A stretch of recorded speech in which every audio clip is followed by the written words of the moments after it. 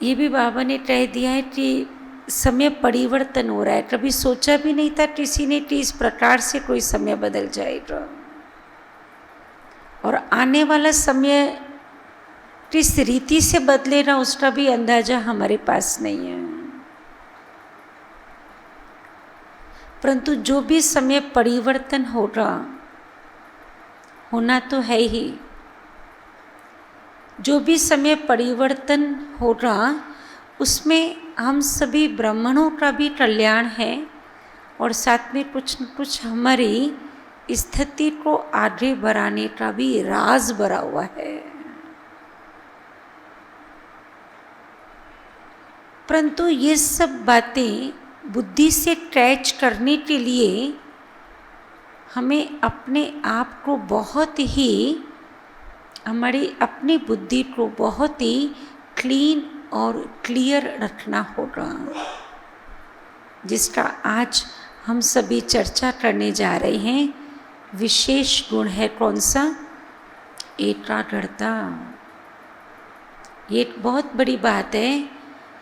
कई तो घर में बहुत अच्छे हैं, होल्ड अच्छा है, या परिवार सम्मान देता है, तो टीवी में ही, रूम में टीवी में चला के बैठ जाते, कहते दीदी क्लिक करते हैं, कभी बड़ी दीदी आ जाती है, कभी आप आ जाते हो, कभी सेंटर का सीन आ जाता है। और कई बेचारी बांदेली माताएं हैं या कईयों के बच्चे इन बातों में रुचि नहीं लेते। एक मोबाइल लेकर 4-5 इंच का एक कोने में, बालकनी में या उधर बैठ जाती है, कहती अपना मोबाइल स्टूल पे रख के हम 2 घंटा दीदी बैठ जाते हैं शांति से।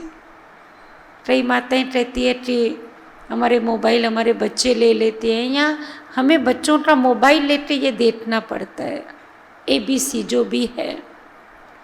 परंतु सामने से प्रेजेंस, सामने का वातावरण जो लाइव है, माने जो आप सभी यहाँ बैठे हैं, अपने चित्त को एकाग्र करना इजी है। और जो ऑनलाइन बैठे हैं उनको अपने चित्त को एकाग्र करने के लिए, आप भी तो कभी न कभी पहले भी बैठते थे और अभी भी बैठते हैं, उस एकाग्रता में फर्क पड़ता है? नहीं पड़ता है, बहुत पड़ता है। आगे चलते ये भी साधन नहीं होगा, फिर हम अपना चित्त बाबा की पढ़ाई में, बाबा की याद में, अपनी स्टडी में, मनन चिंतन में कैसे लगाएंगे। और हमारी पढ़ाई में उन्नति का आधार ही एकाग्रता है। सिर्फ ये पढ़ाई नहीं, दुनिया की पढ़ाई भी। स्वामी विवेकानंद का एक मिसाल सुनाते हैं कि वो पढ़ाई में कितना कॉन्सेंट्रेट था, जो एक दिन टीचर को भी उसके सामने झुकना पड़ा। कुछ ऐसे प्रश्न उत्तर चल रहे थे स्कूल में, तो टीचर ने, नरेंद्र नाम था छोटा, स्वामी विवेकानंद का जो बताते हैं, उससे पूछा कि अमेरिका का कैपिटल कौन सा है? तो उसने कहा वॉशिंगटन, जो नरेंद्र ने जवाब दिया। तो टीचर ने कहा गलत है ये जवाब। फिर दूसरा चांस दिया। कहानी काफ़ी दुनिया में तो लंबी बताते, मैं तंत पर आती हूँ। एक बार जवाब दिया, उसने कहा नहीं, वॉशिंगटन नहीं है। टीचर ने बोला न्यूयॉर्क है। वो ज्योग्राफी का ही टीचर था। उसने बोला फिर से आप बताओ कौन सा है। परंतु वो अपने ही उस पर अटल रहा। आखिर में टीचर को बहुत वंडर लग रहा था। फिर टीचर ने उसके वो हाथ पे फुटी से भी मारा। बोला अभी बताओ कौन सी कैपिटल है। बोला आपके मारने से और मेरे बोलने से अमेरिका की कैपिटल जो है वो बदलेगी नहीं, वो वॉशिंगटन है और वॉशिंगटन ही रहेगी। टीचर को थोड़ा तो अंदर उसका मन हिल गया। कि इतना कॉन्फिडेंस से ये बच्चा बोल रहा है कि मैं तो नहीं कहीं पर गलत हूँ।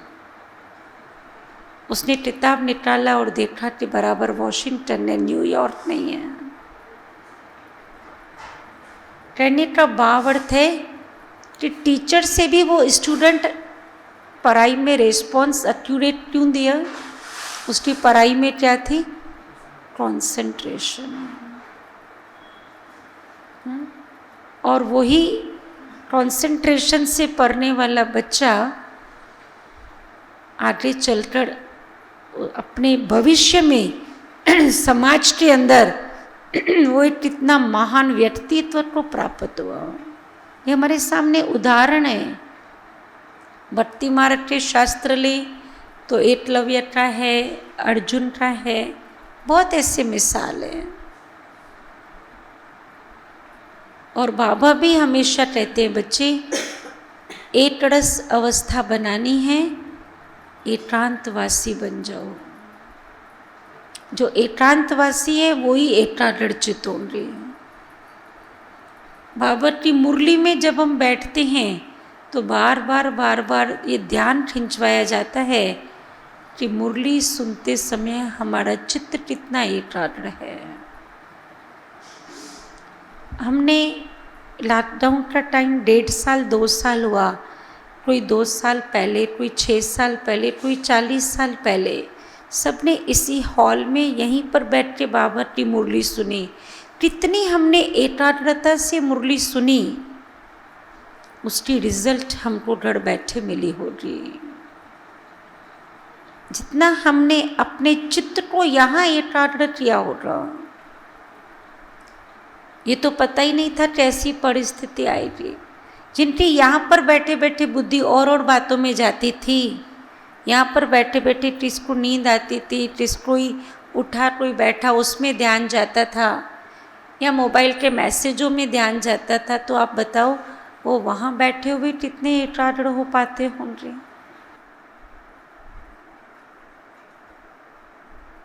और जब तक चित्त एकाग्र नहीं है तो हमारा जो मन है, एकाग्रता विशेष किसको चाहिए? किसको चाहिए? एक हमारा रौनिक है छोटा बच्चा, उसको भी बोलो ना दृष्टि लो, तो आप लोगों से बहुत स्थिर खड़ा हो जाता है। हम लोग भी थोड़ा भरे हिलते जुलते हैं, वो आंख से अपनी पलट भी नहीं झपटता है, ऐसा एकदम स्टैचू की तरह खड़ा हो जाता है। भले 2 मिनट लेता है, 1 मिनट दृष्टि लेता है, पर जितना टाइम लेता है स्थिर खड़ा हो जाता है। तो शरीर की स्थिरता ये एकाग्रता नहीं है। हमें एकाग्रता कहाँ चाहिए? ये हमारी आंतरिक अवस्था है, मन की स्टेबिलिटी है, मन के विचारों की ये स्थिरता है। और मन को स्थिर बनाने वाली कौन है? आप हाथ से हिलते हो, पाँव से हिलते हो, दादी जान की बोलती है कंधे में स्प्रिंग है, इधर हिलते हैं उधर हिलते हैं, वो किसी के डर से ऐसा पटरते भी बैठ जाएंगे। हाँ, बड़े दीदी आते ना योग में, तो भाई बहने जिनको पता है कि दीदी को ऐसी वैसी बैठक नहीं पसंद आती, वो अपने को एकदम व्यवस्थित करके बैठ जाते हैं। शरीर की स्थिरता आ रही है, शरीर के इंद्रियों की एकाग्रता आ रही है। अगर कोई हिलता जुलता भी है तो हाथ से इशारा देते हैं, बार बार ऐसे नहीं कर। जिसको ऐसा आदत होती है करने की, जिसको किधर आदत होती है उन्हें इशारा देते हैं, नहीं शांत बैठे सब। तो शरीर के कर्म इंद्रियों की स्थिरता वह हम एक दो को इशारा देके या किसी कोई भी बात का सपोर्ट लेके हम उसे स्थिर बना सकते हैं। मन की स्थिरता के लिए कौन सा यंत्र है? मन मेरा स्थिर हो जाए, मन स्टेबल हो जाए, मन के विचार, मन के संकल्प जिस डायरेक्शन में मैं आत्मा ले जाना चाहती हूँ उसी डायरेक्शन में जाए, उसके लिए क्या चाहिए? कौन सा यंत्र है? मन को कौन बोल सकता है कि तुम शांत बैठो? बुद्धि, जो कहते हैं ना बेलगाम घोड़े को लगाम देने वाली है बुद्धि। तो बुद्धि को बताओ कितना सशक्त बनाना पड़े। और जहां मन और बुद्धि का तालमेल होता है वो एकाग्रता है। मन सोचने का काम करता है, मन ने जो सोचा बुद्धि ने उसे विजुअलाइज किया, उसका विजन देखा, और उस विजन देखने में बुद्धि खो रही, मन उसी चिंतन में चला गया, वो है एकाग्रता। हम मन से सोचते हैं मैं आत्मा बिंदु रूप हूँ, मैं फरिश्ता रूप हूँ, पर बुद्धि उसका चित्र नहीं खींच पाती है। जब बुद्धि ने मन के चिंतन को चित्र का रूप नहीं दिया तो कुछ टाइम के बाद मन कुछ और सोचना शुरू कर देता है। मन के चिंतन को जब बुद्धि का सपोर्ट मिल जाता है, चित्र बुद्धि खींच लेती है मन के चिंतन का, वहाँ पर स्थिर हो जाते हैं, विचार भी स्थिर हो जाते हैं, बुद्धि भी स्थिर हो जाती है। और इसी एकाग्रता के लिए बुद्धि बहुत क्लीन और क्लियर चाहिए। बुद्धि में खलल नहीं चाहिए। जो कहते हैं ना मम्मा के बुद्धि में कभी खलल नहीं था। बुद्धि में खलल होता है ना, कोई बात अच्छी नहीं लगेगी, कुछ बात समझ में भी नहीं आएगी।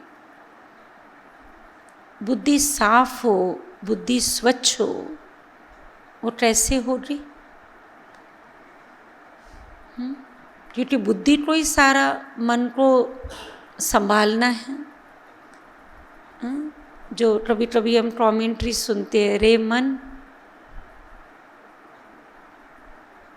एक बहुत अच्छा गीत है ना, मनवा रे तुम यहाँ चल, हाँ फरिश्ता बन, रे मन तुम फरिश्ता बन।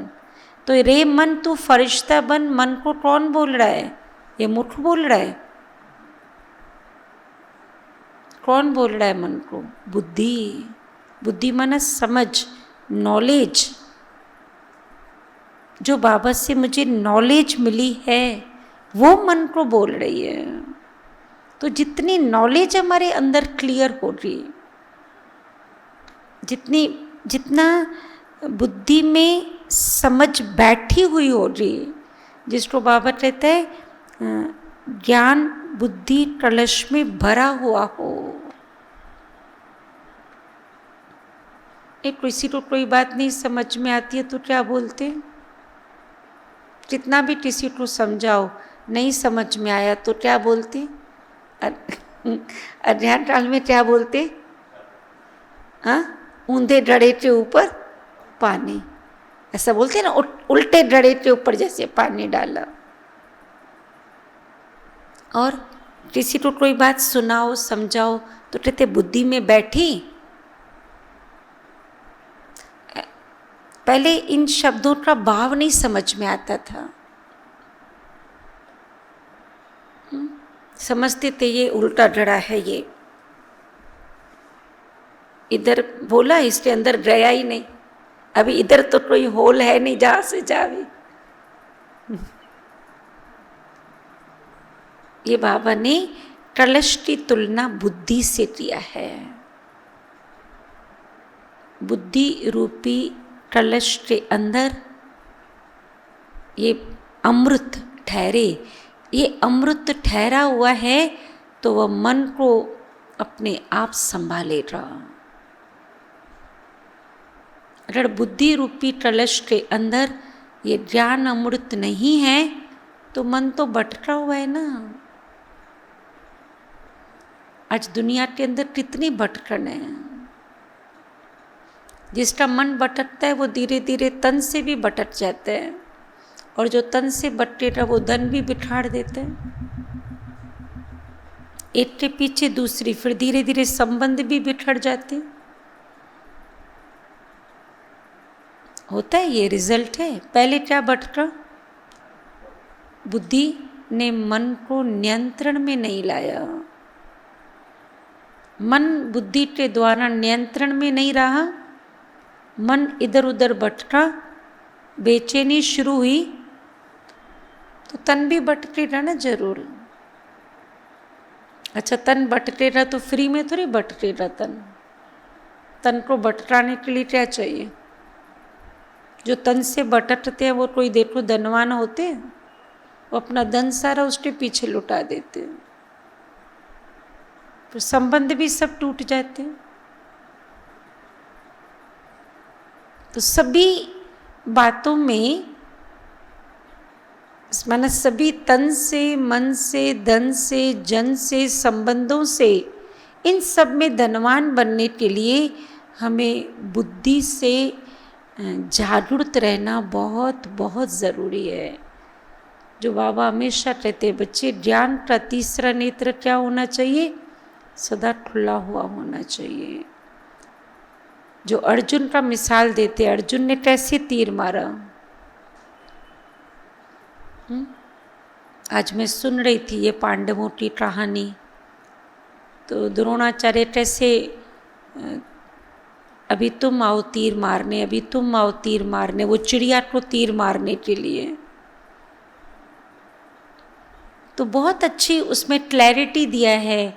पूछा कि वो चिड़िया उस पे बांधी हुई है, जार पे बांधी हुई है, चिड़िया की आंख की पुतली में तीर लगाना है। पहले पूछ रहे आपको दिखता क्या है?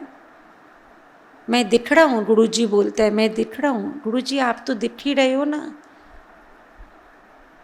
आप तो हमारे सामने हो, आप तो हमें दिख ही रहे हो, और क्या क्या दिख रहा है? ये झाड़ दिख रहा है, ये दिख रहा है, वो सब कुछ बताया, ये दिख रहा। चलो साइड हो जाओ, तुम निशाना नहीं मार सकते। जिसने कहा मुझे चिड़िया में आंख की, चिड़िया के अंदर, चिड़िया में आंख और आंख के अंदर भी मुझे क्या दिख रही है? पुतली। और यही अर्जुन का अभ्यास द्रौपदी के स्वयंवर के टाइम पर उसे काम आया। जिसको बाबा कहते हैं चिरकाल का अभ्यास आपको विजयी बनाएगा, बहुत काल का अभ्यास आपको विजयी बनाएगा। तो कौन सा अभ्यास था उसका? गुरु ने बोला सिर्फ आपको उसको वो निशाना मारना है। तो बाबा ने हमें कौन सा निशाना दिया है? कौन सा निशाना दिया है बाबा ने, जहाँ पर मुझे अपने आप को एकाग्र करना है? फरिश्ता सो देवता, ये ब्राह्मणों के जीवन का निशाना है। इसके अलावा भी कुछ निशाना है कुछ और निशाना? फरिश्ता सो देवता। तो फरिश्तों की नज़र कहाँ पर?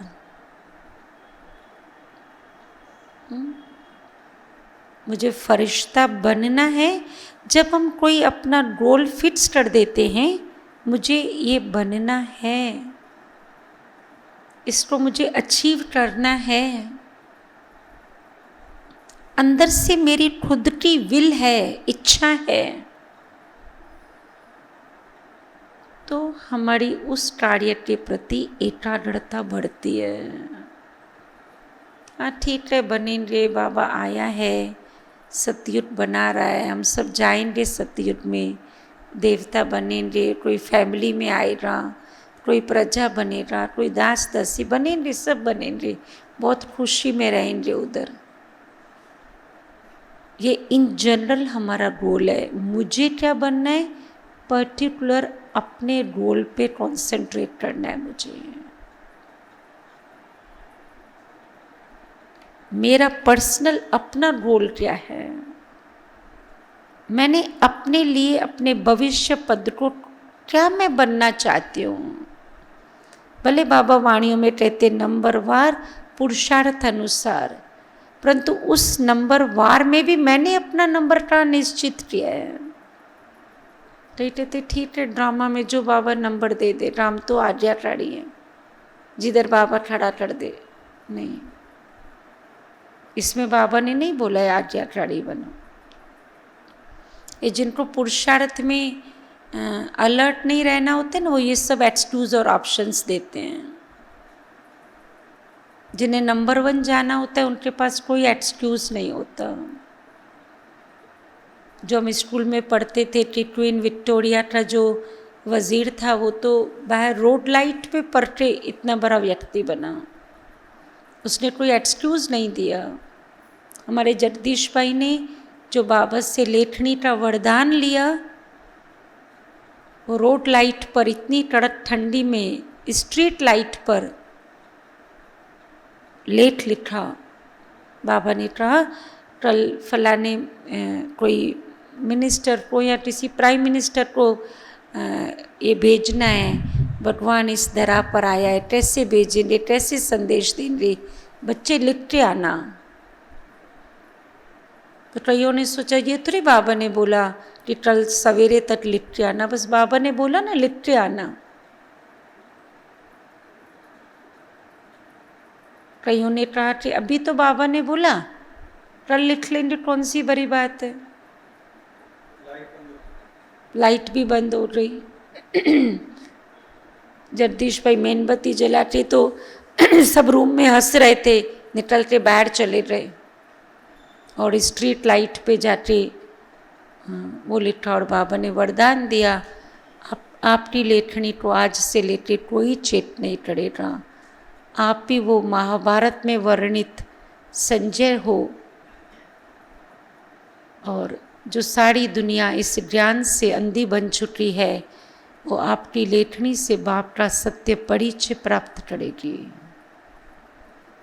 परंतु पहले कुछ किया तब तो ये वरदान लिया। क्या किया? भगवान के उन महावाक्यों को एकाग्रता से अपने अंदर लिया और उस कार्य को एकाग्रता से किया। लाइट बंद है, रूम में सपोर्ट नहीं मिल रहा है, मैं कहाँ जाऊँ, कहाँ बैठूँ, कुछ एक्सक्यूज़ नहीं। चित्त की एकाग्रता हमारे अंदर वर्क इफिशिएंसी बढ़ा देती है। अगर हमारे चित्त में एकाग्रता नहीं है तो करेंगे थोड़ा इधर थोड़ा उधर थोड़ा उधर। जिसको जगदीश भाई दूसरे शब्दों में कहते हैं कि जगह जगह पर खड्डे कर दिए, अगर एक ही जगह पे खड्डा करने जाओ तो वो कुआं बन जाएगा, जीवन भर आप पे पानी मिलता रहेगा। परंतु उसमें भी क्या चाहिए? चित्त पे क्या चाहिए? जब हम एक ही जगह पे खड्डा खोदें तो उसके लिए भी वृत्ति में एकाग्रता तो चाहिए। स्वधर्म को भूलने से ज़्यादा, स्वधर्म को भूलने से सबसे ज़्यादा जिस सूक्ष्म कर्म इंद्रिय को हानि पहुंची है वो है बुद्धि। हमारी बुद्धि तो श्रेष्ठ बुद्धि थी ना, मलिन कैसे हुई? क्योंकि आत्मा पहले स्वधर्म को भूल रही है, अपने स्वरूप को भूल रही, और बुद्धि के ऊपर प्रभाव पड़ने से मन की चंचलता बढ़ती रही। माँ बाप सो जाते हैं तो बच्चे क्या हो जाते हैं? अगर माँ बाप सारा दिन अपने ऐश अशरत में होवे तो बच्चे क्या हो जाएंगे? तो आत्मा की विस्मृति, ज्ञान का दीपक बुझने कारण, बुद्धि रूपी नेत्र बंद होने कारण मन बच्चा क्या हो गया? आउट ऑफ कंट्रोल, चंचल हो गया। इसलिए आज हर आत्मा की एक ही गहरी मान रहे, वो है शांति। शांति आत्मा का मूल गुण है, परंतु उसकी अनुभूति भी एकाग्रता से ही की जा सकती है। शांति चाहिए तो कैसे मिलेगी? शांति की प्राप्ति भी कैसे होगी? कोई पुड़िया तो नहीं है, कोई ऐसी वस्तु तो नहीं है कि हम किसी को पॉलीथीन में, कवर में, बैग में डाल के दे दें। यह भी तो अपने ही चिंतन से प्राप्त हो रही है।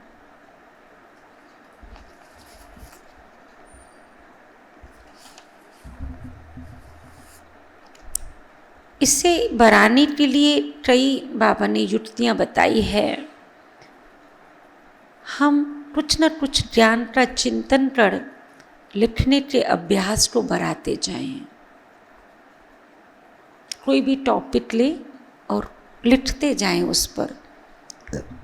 कोई स्वमान ले वो लिखें, कोई बाबा ने, जैसे आज बाबा ने कहा ये स्मृति दिन है आप बच्चों के लिए, और बाप दादा कहते हैं ये बाप समान बनने का दिन है। 18 जनवरी के दिन का महत्व क्या है? जब हम लिखते जाएंगे तो मेरी अपनी ये मैन्युफैक्चरिंग है, मेरा अपना प्रोडक्शन है ये, तो ओनर का उसमें ध्यान जाएगा। किसी दूसरे की चीज़ हम उठाते हैं तो देखते हैं, और अंदर से हम खुद उसका चिंतन करते हैं तो हमारी बुद्धि उसमें जाती है। दूसरा, अपने आप से बातें करना, स्वचिंतन में रहना, अपने आप को स्वमान में टिकाने का अभ्यास करना, यह भी हमारी एकाग्रता को बढ़ाता है। जितनों से बातें करेंगे तो एकाग्रता टूटेगी कि नहीं टूटेगी? जितना बाहर मुठता में रहते हैं उतना क्या होता है? चित्त एकाग्र हो पाता है। आजकल नेचुरोपैथी वाले या जो भी हेल्थ के हिसाब से बात करते हैं, कहेंगे फ्रूट भी खाते हो ना तो एक ही प्रकार का फ्रूट खाओ, ज़्यादा फ्रूट्स नहीं, 4-5 फ्रूट इकट्ठे नहीं, एक ही प्रकार का फ्रूट खाओ आप। कोई भी खाना खाते हैं ना तो उसमें भी बहुत सारी वैरायटी नहीं खाओ। क्यों? आपकी डाइजेशन, आपके अंदर के बॉडी के जितने भी सिस्टम्स हैं वो एक यूनिट फॉर्म में फंक्शन करने चाहिए तो हेल्थ अच्छी रहेगी। ठीक इसी रीति से हेल्थ को आज मेंटेन करने के लिए हम कितनी बातों का ध्यान देते। पहले शायद कोई इतना ध्यान नहीं भी देते थे, परंतु जब से ये बीमारी आई है तो लोग अपने हेल्थ के प्रति अवेयर हो रहे हैं। नहीं, थोड़ी वीकनेस आ जाएगी, इम्यूनिटी कम हो जाएगी, बीमारी अटैक करेगी। नहीं, हमें अपने को ठीक रखना है। तो अपने आप से बात करें हम। सबसे अच्छा मित्र मैं स्वयं का खुद हूँ। एक बहुत अच्छी ड्रेम मेले में रखते हैं हम। आज आपकी मुलाकात विशेष, क्या नाम है श्याम भाई उस ड्रेम का? विशेष से आपकी मुलाकात है ना, ऐसा।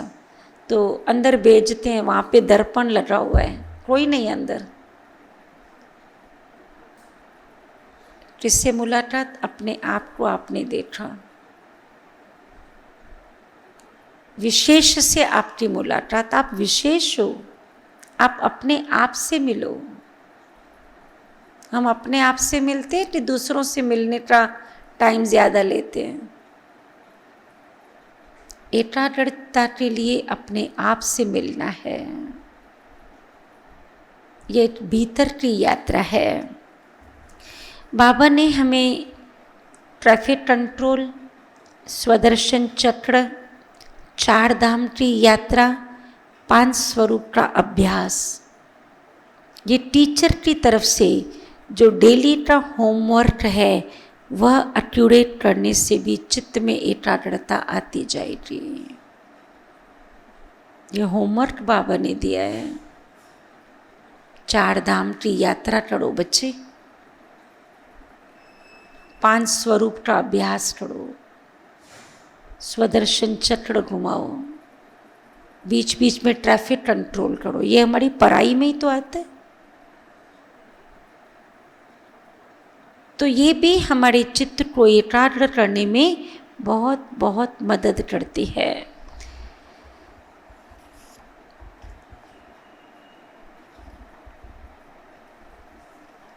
और एकाग्रता तोड़ती कौन सी बात है वो सुनेंगे कि उसकी ज़रूरत नहीं है?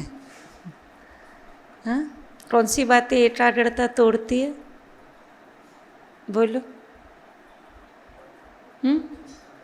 जी, परचिंतन। और परचिंतन भी बाद में अंदर चलता है, पहले तो स्थूल पर आ जाओ। वो बोलते मोबाइल ये एकाग्रता तोड़ता है। इट्स सेकंड में, इट्स सेकंड में।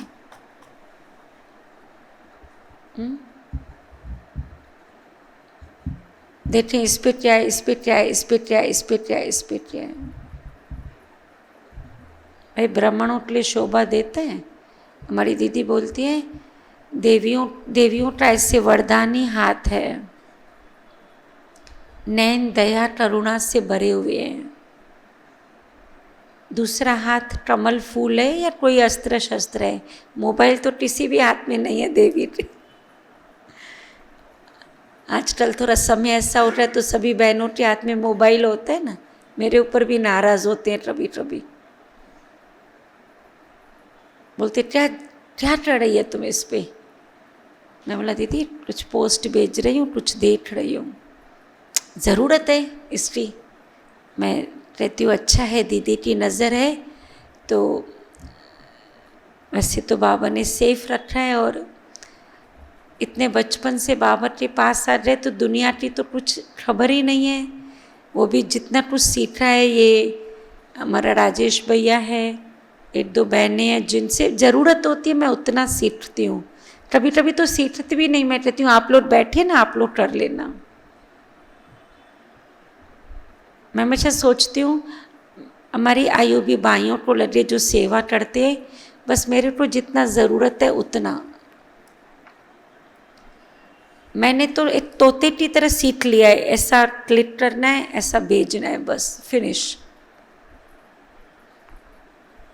ऐसा ना प्रशांत, हंसता है प्रशांत भाई, क्योंकि ये ग्रुप वगैरह बना के देता है तो मैं पूछती हूँ ऐसे बनाना, ऐसे बना, मुझे ये बना के दो, तुम क्या करता है वो तुम जानो, मुझे रेडीमेड ये माल दे दो, मैं बटन दबाऊँ ये चले जावे मैसेज, वो आप जानो, आपकी टेक्नोलॉजी जाने। ये सोशल मीडिया ने क्या कर दिया है, सबकी एकाग्रता को तोड़ दिया है। ज़्यादा इन्फॉर्मेशन से एकाग्रता तोड़ देती है। हमें अपने आप को क्या करना है, बहुत बहुत सेफ रखना है। ओम शांति।